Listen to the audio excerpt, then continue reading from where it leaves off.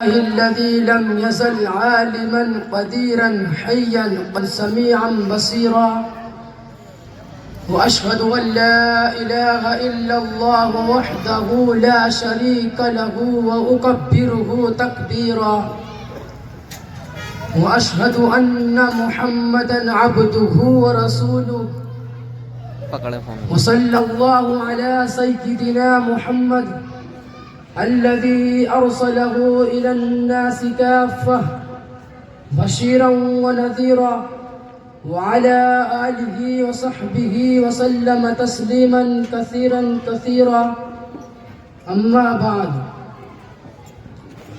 محترم بزرگوں دوستوں، آخرت کی منزلوں میں سب سے پہلی منزل قبر ہے۔ اگر یہ منزل آسانی سے طے ہو گئی تو بعد والی منزل بھی آسان ہوگی، لیکن اگر قبر کی منزل سخت ہو گئی تو بعد کی منزل اور بھی زیادہ سخت ہوگی۔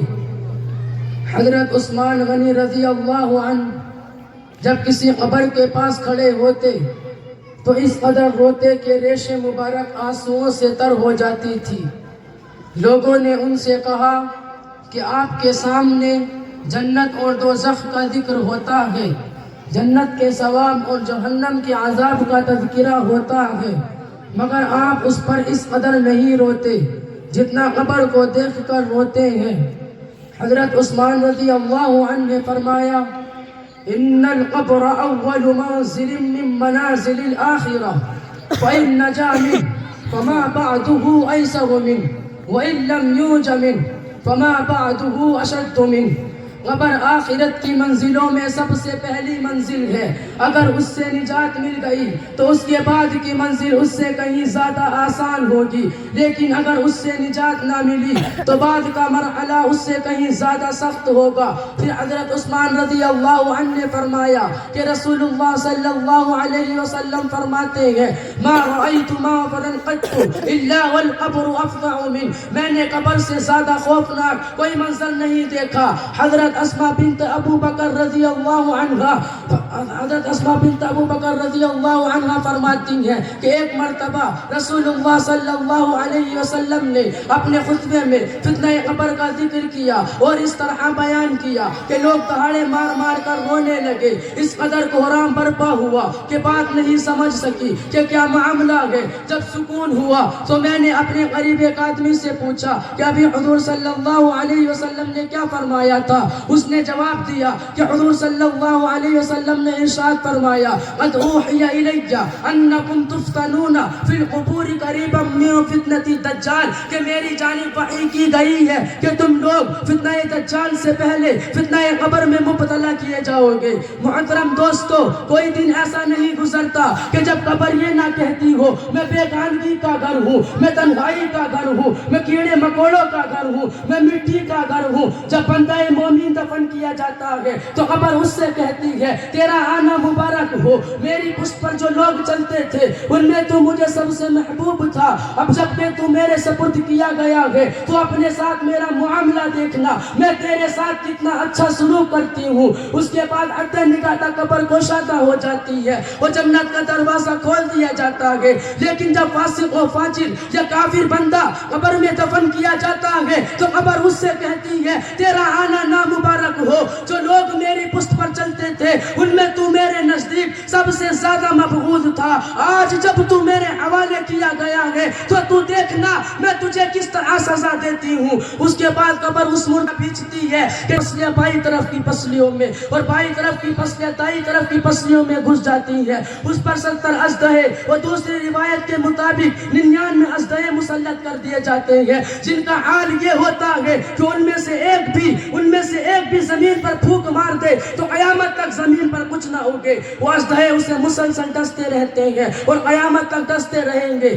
رسول اللہ صلی اللہ علیہ وسلم ارشاد فرماتے ہیں، انما القبر روضۃ من ریاض الجنہ او حفرۃ من حفر النار، قبر جنت کے باغوں میں سے ایک باغ ہے، یہ دوزخ کے گڑھوں میں سے ایک گڑھا، یعنی نیک بندوں کے لیے قبر جنت کا باغ بن جاتی ہے اور بدکاروں کے لیے دوزخ کا گڑھا۔ اب یہ انسانوں پر منحصر ہے کہ وہ اپنی قبر کو جنت کا باغ بنانا چاہتے ہیں، یہ دوزخ کا گڑھا۔ انسان کا عمل ہی اپنی قبر کو جنت جنت کا باغ یا دوزخ کا گڑھا بناتا ہے. قبر بذات خود نہ جنت کا باغ ہے نہ دوزخ کا گڑھا. انسان کا عمل ہی اپنی قبر کو جنت کا باغ یا دوزخ کا گڑھا بناتا ہے.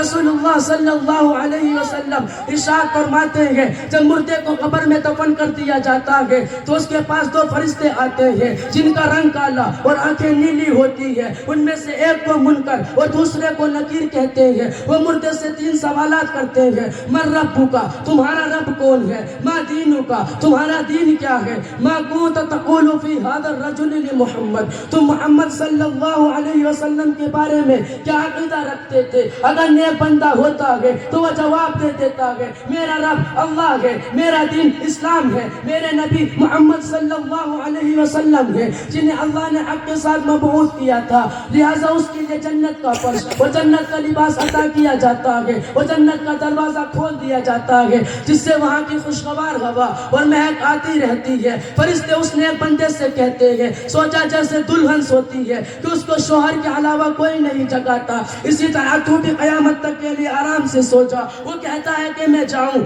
ذرا اپنے گھر والوں کو اپنا حال بتا دوں. فرشتے کہتے ہیں نہیں, اب تم واپس نہیں جا سکتے, یہاں آنے کے بعد واپسی کا قانون نہیں ہے, بس تم سو جاؤ. بندہ مومن کو منکر نکیر کے سوالات کے جوابات میں جو کامیابی حاصل ہوتی ہے, جس کی وجہ سے قبر میں اس کے ساتھ انعام و اکرام کا معاملہ ہوتا ہے, اس کے متعلق سورہ ابراہیم میں ہے يثبت الله الذين آمنوا بالقول الثابت في الحياة الدنيا وفي الآخرة. ایمان والوں کو اللہ تعالیٰ اس کی پکی بات کلمہ طیبہ سے دنیا و آخرت میں مضبوط رکھتا ہے, لیکن فاسق و فاجر و کافر بندہ ہر سوال کے جواب میں یہی کہتا ہے ہاں لا ادری, ہائے افسوس میں نہیں جانتا. لہذا حکم ہوتا ہے اس کے لیے جہنم کا بستر بچھا دو اور جہنم کا دروازہ کھول دو, اور جہنم کا دروازہ کھول دیا جاتا ہے. جہنم کی گرم گرم ہوا آنے لگتی ہے, اس کی قبر اس قدر تنگ کرتی جاتی ہے کہ پسلیاں ایک دوسرے میں گھسنے لگتی ہے. پھر ایک اندھا اور پیارا فرشتہ اس پر عذاب دینے کے لیے مسلط کر دیا جاتا ہے جو قیامت تک ایک لوہے کے گرز سے اس کی پٹائی کرتا رہتا ہے. مردہ درد اور تکلیف کے مارے چیختا ہے, اس کے چیخنے کی آواز جنات اور انسان کے علاوہ ساری مخلوق سنتی ہے.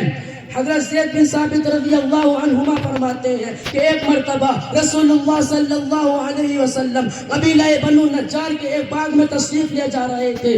اچانک وہ خچر جس پر حضور صلی اللہ علیہ وسلم سوار تھے بہت تیز بھٹکا, اور اتنی تیز بھٹکا کہ ڈرتا کہ کہیں حضور صلی اللہ علیہ وسلم کو گرا نہ دے. اس جگہ پر 5-6 قبریں تھی. حضور صلی اللہ علیہ وسلم نے فرمایا ان قبر والوں کو کون پہچانتا ہے؟ ایک شخص نے عرض کیا کہ میں پہچانتا ہوں. حضور صلی اللہ علیہ وسلم نے دریافت کیا یہ کس حال میں مرے ہیں؟ اس نے جواب دیا پھر شرک میں. حضور صلی اللہ علیہ وسلم نے فرمایا ان لوگوں کو قبر میں عذاب ہو رہا ہے. اگر مجھے یہ ڈر نہ ہوتا کہ تم لوگ اپنے مردوں کو قبر میں دفن کرنا چھوڑ دو گے تو میں اللہ سے دعائیں کرتا کہ تم کو بھی اس قبر کے عذاب کا کچھ حصہ سنا دے جو میں سن رہا ہوں. محترم بزرگوں دوستو, قبر کی منزل بڑی کٹھن ہے, ہم کو قبر کی منزل کے لیے تیار رہنا چاہیے. قبر کی منزل عالم برزخ کی منزل ہے, اس سے ہر ایک کو گزرنا ہے, چاہے وہ قبر میں دفن کیا جائے یا نہ کیا جائے. بہرحال سوال و جواب اور عذاب و ثواب کے مراحل ہر ایک پر آئیں گے, کوئی اس سے بچ نہیں سکتا.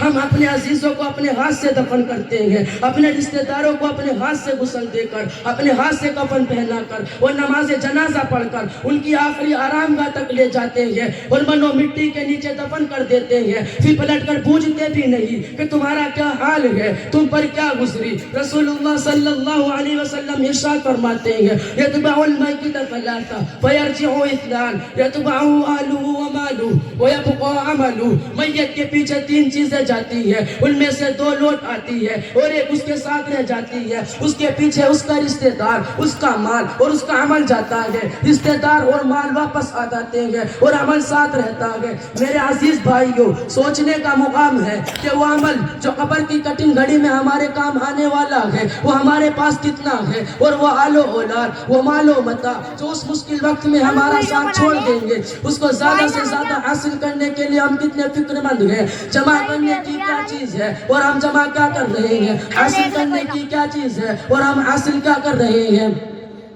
اللہ تعالی ہم سب کو کہنے اور سننے کے مطابق عمل کرنے کی توفیق نصیب فرمائے, آمین.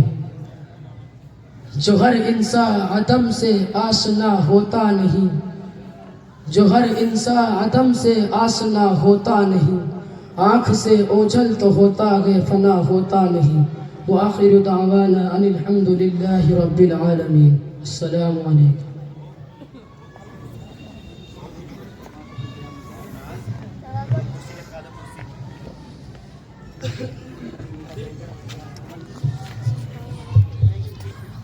ماشاءاللہ،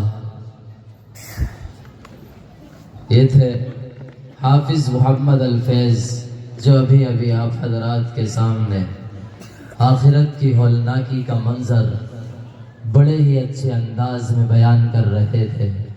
پھر ایک مرتبہ میں تقریر ہی کے لیے آواز دیتا ہوں، حافظ محمد معاذ سلمہ یہ بچہ آئے اور اپنی تقریر پیش کریں۔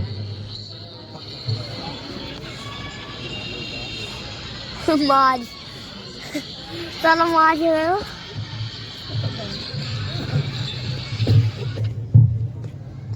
بند کر دو بیان مجھ سے نہ آتا۔